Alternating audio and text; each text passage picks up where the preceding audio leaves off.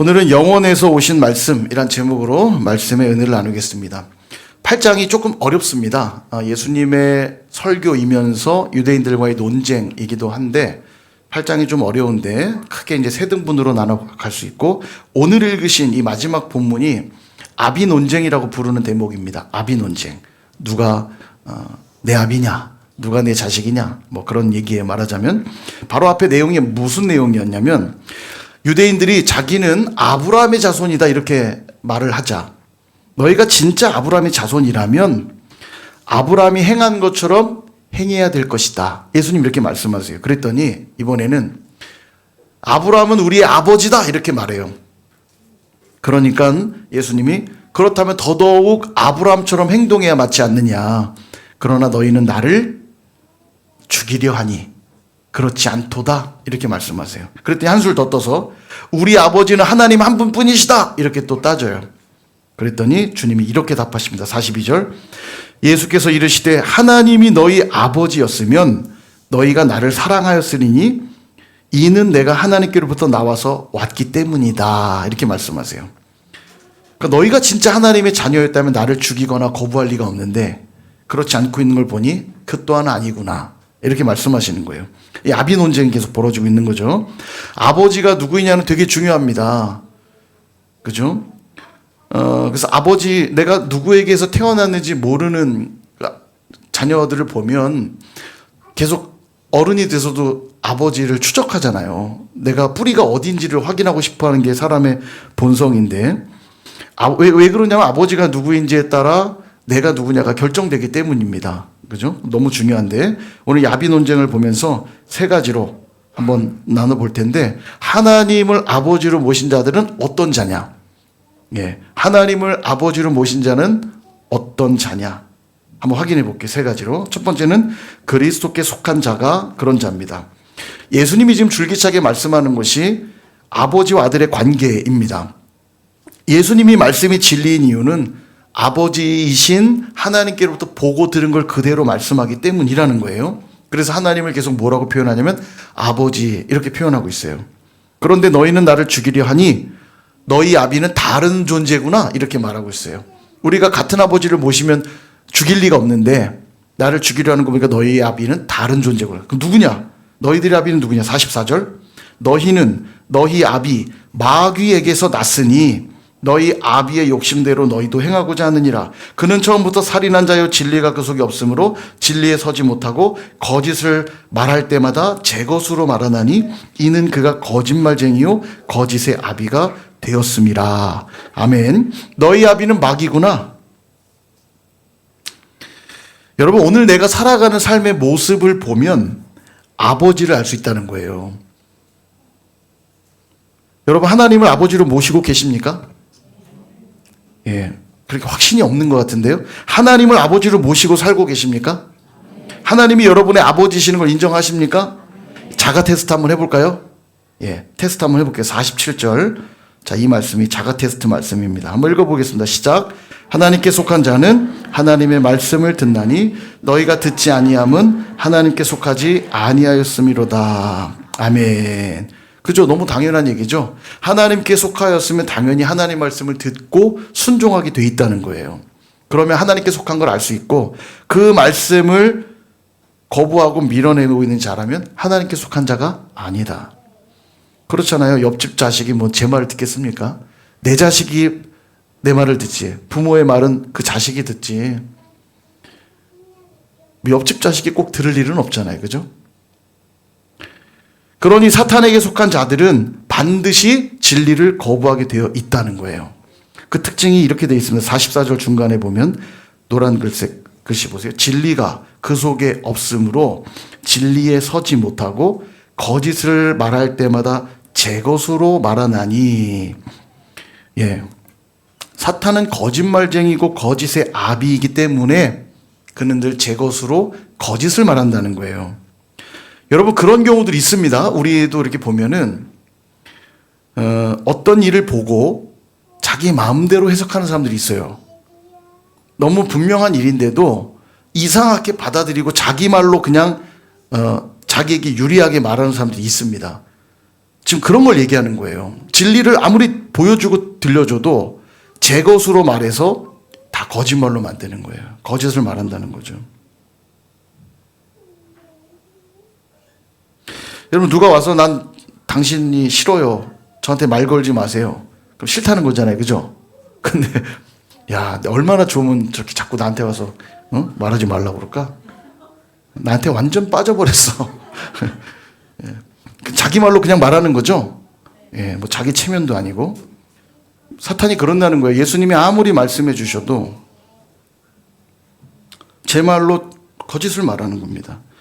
여러분, 하나님께 속했다는 증거는 교회 교족부에 이름이 올라갔다고 해서 하나님께 속한 게 아닙니다. 종교 생활을 한다고 하나님께 속한 것도 아니에요. 중요한 건 경건의 모양이 아니라 경건의 능력이 있어야죠. 그죠? 그럼 경건의 능력이 뭘까요? 하나님의 말씀을 듣는 거예요. 듣고 순종하는 것. 말씀을 듣고 순종하는 것, 이게 경건의 능력입니다. 그러니까 말씀을 듣지도 않고 말씀을 행하지도 않는 건 경건의 모양만 있는 거죠. 예배당에 와서 말씀을 듣고는 있는데 이기로 틀고 이기로 흘려버려요. 그리고 계속해서 내 삶은 내 생각대로 삽니다. 하나님이 계속 말씀하시는데요, 그냥 제 것으로 말하고 살아요. 그냥 세상은 이렇게 사는 거야. 하나님이 아무리 믿음을 주시기 위해서 어떤 말씀들 주셔도 제 말로 그냥 말하고 사는 것, 그는 어쩌면 하나님께 속한 자가 아니라 너희 아비 마귀에게 속한 자일 수 있다는 얘기를 하고 계신 겁니다. 당연하겠죠. 하나님이 아버지면 당연히 자녀로서 그 말을 들어야 정상이지 않습니까? 그죠? 호빈이가 제 말을 듣겠습니까? 김진봉 집사의 말을 듣겠습니까?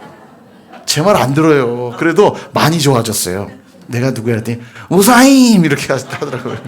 너무 사랑스럽습니다만 그래도 제가 아비가 아니어서요, 중요한 얘기는 제 얘기 안 들을 겁니다.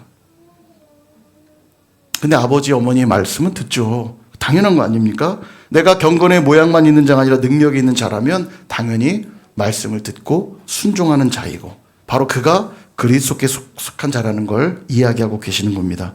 늘 그리스도께 속하여 살아가시는 저와 여러분 되기를 축복합니다. 두 번째는 그리스도의 말씀을 지키는 자래요. 그리스도의 말씀을 지키는 자. 내용은 좀 비슷합니다. 설교가 이어지는 거니까 제가 구분을 줘서 그렇지. 이 얘기를 들었으니 내가 이러면 사탄의 자녀구나, 마귀의 자녀구나, 그러면 안 되지. 회개하고 주님께 돌아오면 참 좋으련만. 더 거친 말로 반항을 합니다. 이렇게요. 48절. 유대인들이 대답하여 이르되 우리가 너를 사마리아 사람이라. 여러분, 사마리아는 되게 가증히 여기는 존재거든요. 예수님을 향해 이 가증한 자야, 이 말이에요. 또는 귀신이 들렸구나. 그렇게 말하고 있어요. 귀신 들렸구나. 네 말을 들어보니 사마리아 사람하고 똑같고, 가증히 여기는 그 사마리아 사람과 똑같고 귀신 들린 자구나, 이렇게 말하고 있다는 거예요.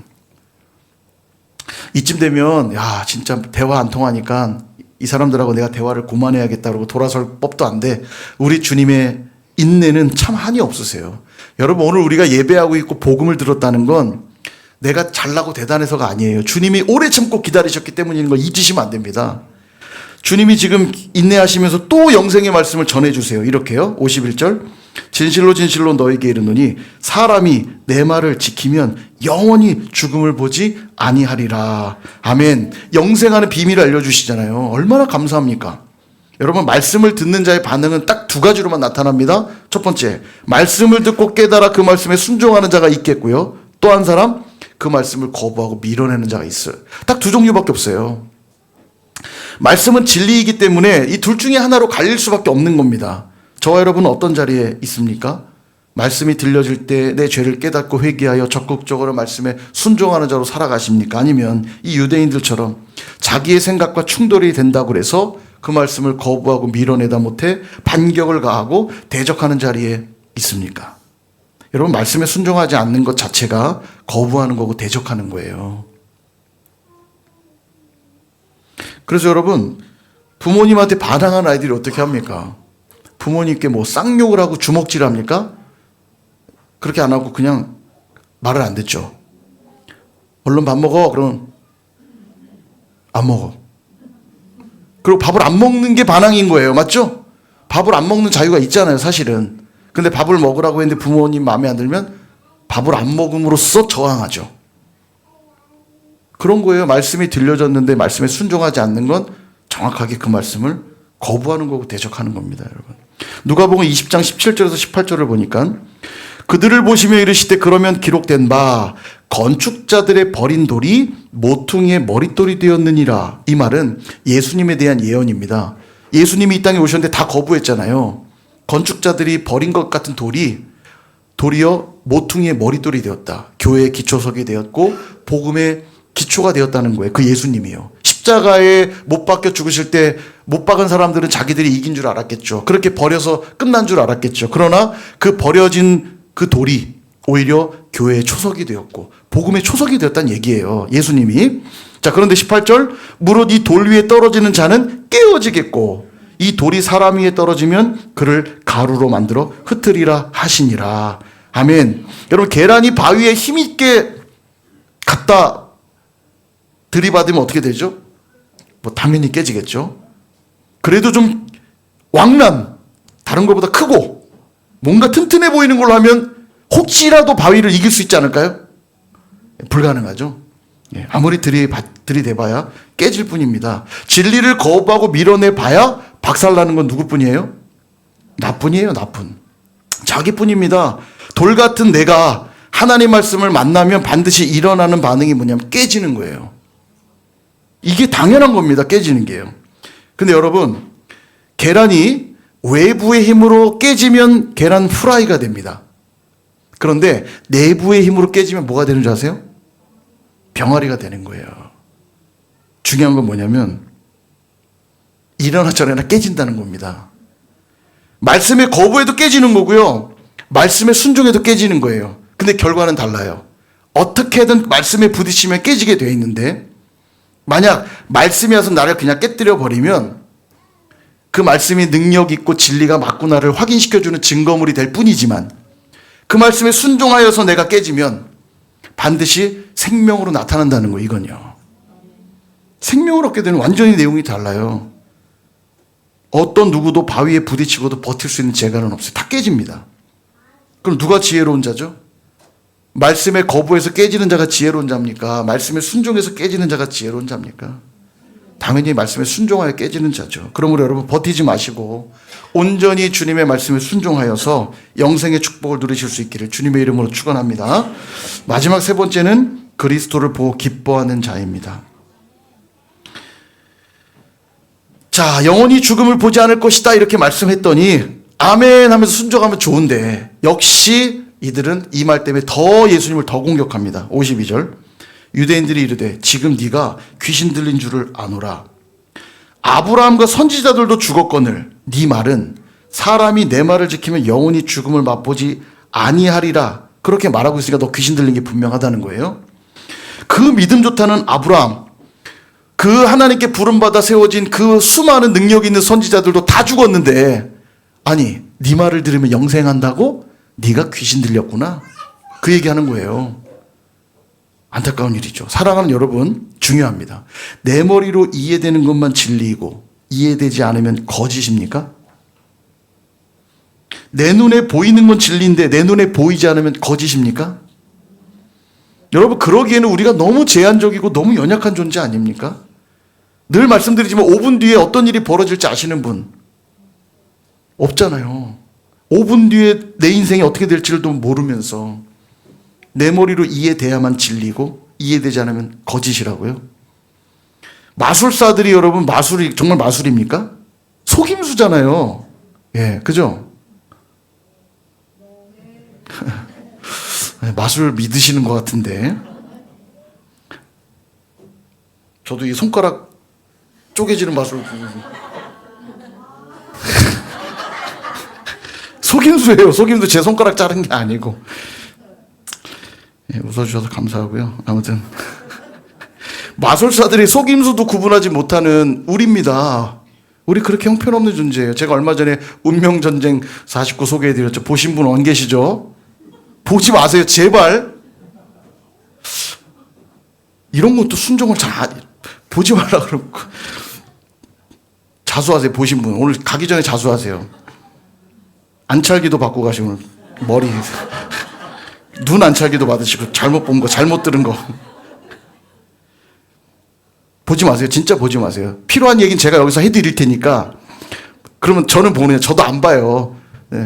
대신에 이제 어떤 평론들 이런 것들을 제가 참고할 뿐입니다. 볼 필요가 없어요. 공포물 절대 영화 보지 마세요. 공포 영화. 공포 영화는 사람에게 두려움을 주기 위해서 그 중간중간에요. 데드마스크 같은 걸 상당히 많이 넣어요. 죽은 사람 얼굴 같은 거요. 왜? 뭐 이렇게 짧게 지나가는 영상들 있죠? 인식하지 못할 만큼 그때 사람이 그걸 보거든요. 그러면 몸에 소름이 확 돋으면서 공포심이 확 옵니다. 두려움이요. 여러분, 사단은 두려움을 통해서 경배받는 겁니다. 이게 다 사단의 방식들이에요. 하나님이 주시는 건 평안이고 기쁨이고 감사고 늘 이런 방식인데, 사탄은 우리가 얼마나 죄인인지 또 그런 거 좋아해요. 막 오컬트 막 이런 거, 공포물, 호러물 이런 거 보면서 막 소름 돋으면 막 좋아하고. 보지 마세요. 오래 남아요. 잔상이에요. 여러분, 그 예전에 한번 말씀드렸죠. 영화 볼 때 콜라랑 사이다, 콜라랑 팝콘을 영화 중간중간 삽입을 해본 거예요. 그냥 하나는 그냥 영화하고 하나는 콜라랑 팝콘을 이렇게 삽입을 했더니 그날 매출이 30%가 늘었다는 거예요. 우리가 무의식 중에 그거 다 보는 겁니다, 이게요. 공포물 보지 마세요. 특히 이런 거는 더더욱 보시면 안 돼요. 운명전쟁. 근데 거기 이제 보니까 제가 필요한 거 제가 얘기해 드리니까 보니까 이 무당들이랑 이런 사람들이 나와가지고 어떤 사람의 과거를 딱 맞추면서 능력 대결하는 거예요. 누가 더 능력이 있는지, 누가 더 용한지 그 대결을 하는 겁니다. 근데 다 맞추는 게 아니잖아요. 그러니까 아무 생각 없이 보는 사람들은 이해가 안 가잖아요. 뭐 맞추지도 못하네, 뭐. 근데 더 웃긴 게 맞추지 못하니까 설명해야 될 거 아닙니까, 이걸. 그러니까 어떤 이제 어떤 교수가 이런 이제 사주도 보고 하는 그런 교수인데 이 사람 설명하는 거예요. 콜드 리딩이라는 기술이래요. 기법이래요. 이게 뭐냐면 독심술 같은 거, 독심술.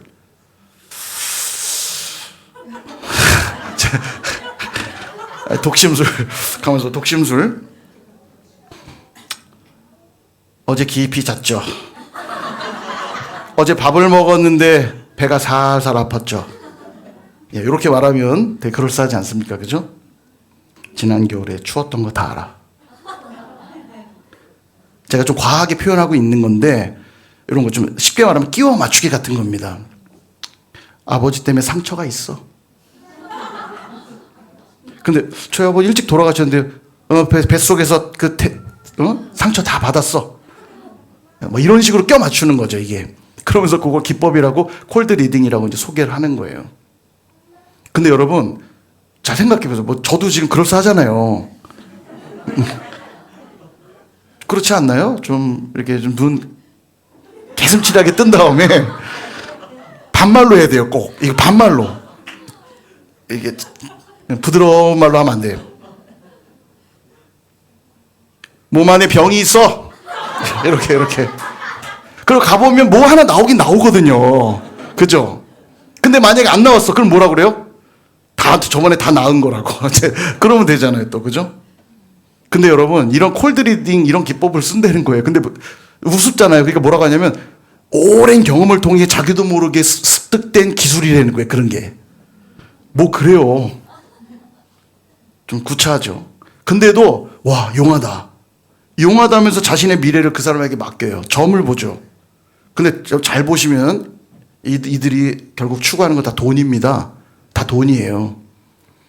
이제 콜드리딩으로 이제 마음을 딱 얻잖아요. 독심술로. 이 사람 용한 것 같아. 그리고 그 순간부터 작업이 들어가는 거예요. 이번에 한번 큰 일이 벌어질 거야.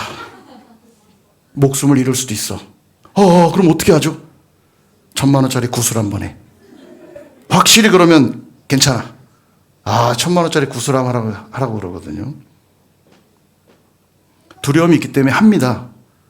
하나하나 비슷하다면 차라리 하자. 찝찝하거든요, 이게요. 그런 거 아니면 무슨 내가 효염한 초가 있다고 이거 집에 피워놔. 초 하나 막 100만 원씩, 200만 원씩 막. 한 3개 사. 그럼 300만 원이죠. 그죠? 뭐 초 펴놓는 게 뭐 어려워요. 그러니까 찝찝하니까 초라도 켜놓자. 여러분, 우리가 진짜 무능한 존재입니다. 근데 그런 뭐 콜드 리딩이다 뭐다 와갖고 이렇게 막 능력이 있는 것처럼 해도 다 넘어가서 돈 주고 마음 주고 다 하면서 하나님의 말씀 앞에서만 서면 왜 그렇게 똑똑한 척을 하고 왜 그렇게 고집스러워지는지 몰라요. 여러분, 말씀에 대적하고 거부하면 박살 나는 겁니다. 깨지는 거예요. 여러분, 이 아브라함 보세요. 그들이 그토록 존경한다 마지 않는 이 아브라함. 56절. 너희 조상 아브라함은 나의 때 볼 것을 즐거워하다가 보고 기뻐하였느니라. 아멘. 무슨 얘기냐면 아브라함은 메시아를 만나지 못했잖아요. 예수님 전 시대 사람 아닙니까? 그럼에도 불구하고 희미한 약속, 아직 메시아에 대한 개념이 선명하지 않을 때에도 여호와 일의 약속, 아들을 바치는 그 사건을 통해서 양을 준비해 두시고 여호와 일에 하나님을 만난 그 희미한 그 약속만으로도 기뻐했다는 거예요. 그 멀리 아직 주님을 다 알지도 못하는 그때에 아브라함은 그 믿음이 있었기에 하나님의 그 희미한 약속만으로도 기뻐했거늘 너희는 지금 오신 메시아를 눈으로 보고 있고 그분으로부터 직접 영생하게 하는 말씀을 듣고 있음에도 너희는 오히려 나를 죽이려 하는도다. 그러니까 너희는 아브라함의 자손도 아니고 하나님 아버지의 자녀도 아니라는 겁니다. 사랑하는 여러분, 어떤 이들은 지금도 그래요. 하나님을 내 앞에 데려오면 내가 믿을게. 하나님을 내 앞에 보여주면 믿을게. 이런 사람들이 있어요. 아마 그런 사람들은 진짜로 하나님이 와서 내가 바로 하나님이다 그래도 믿지 않을 겁니다. 네가 미쳤구나. 네가 귀신 들렸구나 아마 그럴 거예요. 왜냐하면 믿지 않기로 작정하면 아무것도 보이지 않는 나라가 하나님 나라고요. 믿는 자들에게만 보이고 깨달아지는 나라가 하나님의 나라거든요. 그러므로 그들은 그리스도를 보고 거부하는 자들일 수 없어요. 오히려 그리스도를 보면 기뻐할 수밖에 없고 구원의 역사를 경험할 때마다 즐거워할 수밖에 없는 거예요. 예배를 드리고 나가면 기분이 찝찝하고 나쁩니까? 예배 드리고 나면 마음에 기쁨이 있고 평안이 있습니까? 예, 기쁨이 있고 평안이 있다면 아닌 것 같아서 좀 걱정되는데 아무튼 예배를 드리고 기쁨과 평안이 있다면 왜 그렇죠? 예배를 통해 주님을 만난 자들에겐 당연히 그 예배의 끝에는 기쁨과 평안이 있는 거예요. 감사가 있고요. 기쁨으로 집에 돌아가는데 발걸음 무거울 수가 없어요. 말씀을 정리합니다. 세 가지 말씀드렸어요. 그리스도께 속하여 그리스도의 말씀을 지키고 순종하며 그리스도를 보는 것이 가장 큰 기쁨인 자들이 되어야 합니다. 그들이 바로 하나님을 아버지로 모시고 있는 자들이죠. 근데 이들은 이 모든 이야기를 듣고서는 어떤 짓을 벌이느냐? 59절.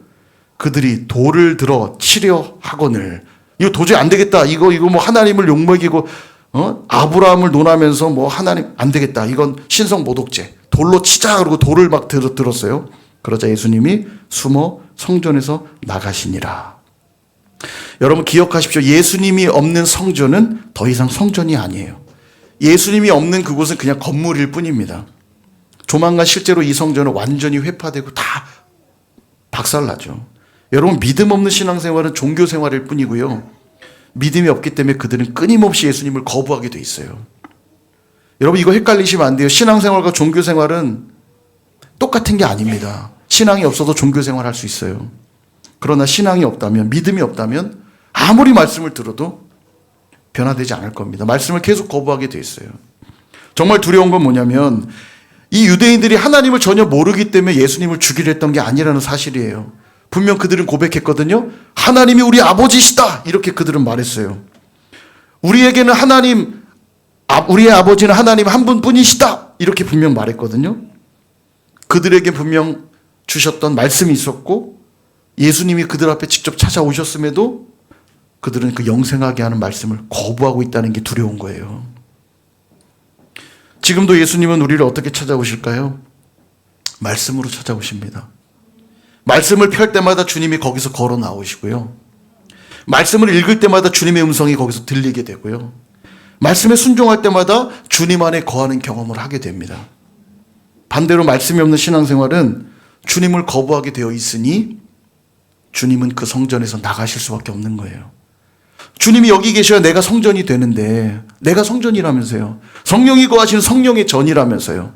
그럼 주님이 여기 계시다면 말씀에 순종할 수밖에 없고 지킬 수밖에 없고 그로 인하여 기뻐할 수밖에 없어야 정상인데 이 말씀이 없는 신앙생활을 하고 있으니 끊임없이 주님을 거부하게 돼 있으니 주님이 여기 거하시지 않아요. 성전이 아닙니다. 우리 속담에 그런 게 있죠. 호랑이는 죽어서 가죽을 남기고 사람은 죽어서 이름을 남긴다. 질문해 보겠습니다. 이름 남겨서 뭐 할 겁니까? 티끌처럼 사라지고 마는 인생에게 이름이 남는다 한들 무슨 소망이 있습니까?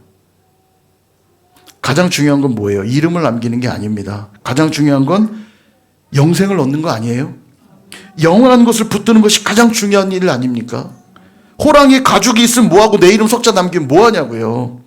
영원한 생명을 얻지 못했는데 그 마지막이 저 뜨거운 지옥 불타는 지옥 구덩이라면 호랑이 가죽이 있으면 뭐하겠고 이름 석자 남으면 뭐하겠어요. 보십시오. 베드로전서 1장 24절과 25절 같이 한번 읽어보겠습니다. 시작. 그러므로 모든 육체는 풀과 같고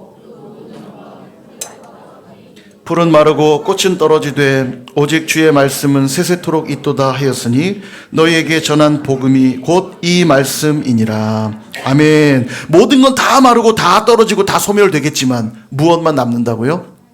하나님의 말씀. 그 복음의 말씀만 세세토록 있을 것이라고 말씀하세요. 그럼 그거 붙드는 게 지혜로운 인생이죠. 마태복음 5장 18절도 말합니다. 진실로 너에게 이르노니 천지가 없어지기 전에는, 천지는 없어질 수도 있지만 율법, 하나님 말씀의 1.1획도 결코 없어지지 아니하고 다 이루게 될 것이다. 아멘입니다. 정말. 그럼 분명해지잖아요. 오늘도 여러분 뭐 붙드실래요? 사라질 것들 붙드실래요? 말라버릴 것들 붙드실래요? 썩어질 것들 붙드실 거예요? 아니면 영원한 하나님 말씀을 붙드실래요? 예, 하나님 말씀 붙들어야죠.